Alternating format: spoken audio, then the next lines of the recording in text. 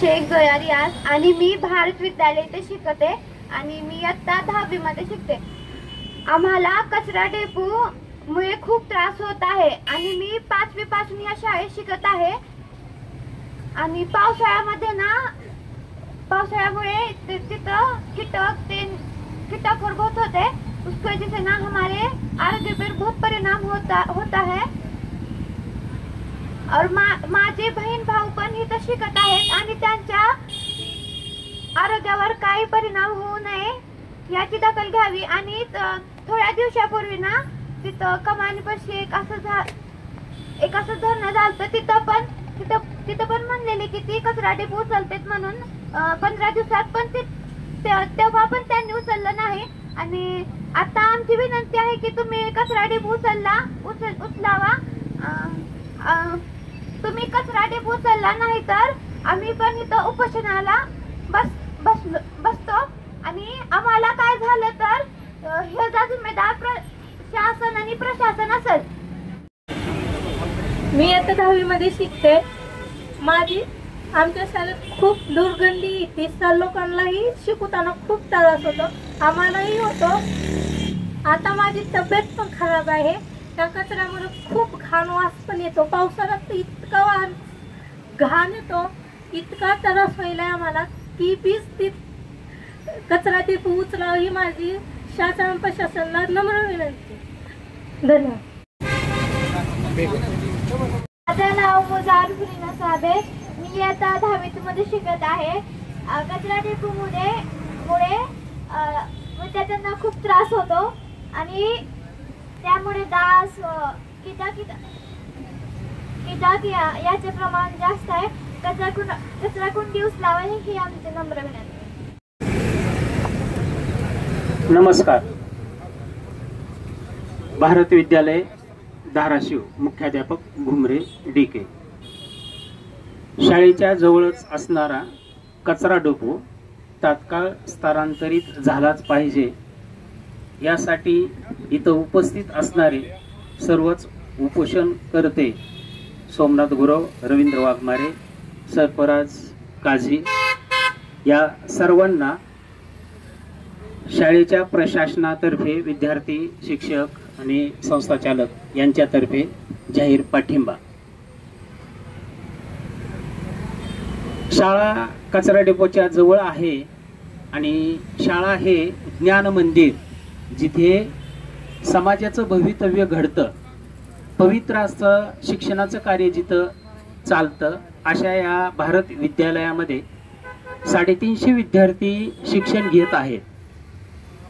या कचरा डेपोमुळं जो शिक्षणाला अडथळा होतो तो प्रामुख्याने कचरा जाळल्यानंतर जळणारं प्लॅस्टिक आणि इतर पदार्थ जळतात आणि वाऱ्याबरोबर त्याचा धूर, विषारी वायू शाळेकडे येतात आणि तेव्हा विद्यार्थ्यांचं जे आरोग्य आहे ते मानसिक आणि शारीरिक आरोग्य धोक्यामध्ये येतं।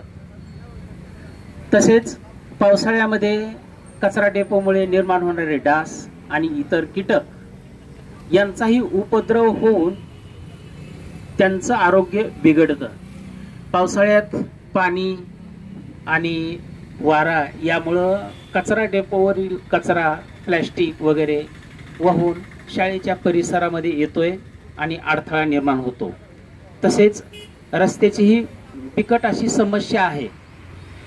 या सर्व समस्या सोडवून विद्यार्थ्यांचं भवितव्य घडवण्यासाठी प्रशासनाने सहकार्य करावं म्हणून गेले कित्येक वर्ष शाळा प्रशासन, नगर पालिका आणि जिल्हाधिकारी कार्यालय यांच्याशी पत्रव्यवहार करून ही समस्या दूर करावी असा वारंवार प्रयत्न केलेला आहे, परंतु अद्यापपर्यंत त्यावर योग्य असा तोडगा निघालेला नाही।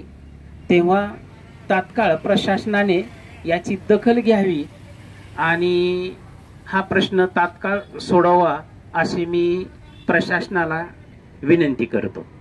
कचरा डेपो स्थलांतर मुद्द्यासाठी आज उपोषणकर्ते सोमनाथ गुरव, श्री रवींद्र वाघमारे, सरफराज काझी यांचा आजचा हा 3रा दिवस आहे.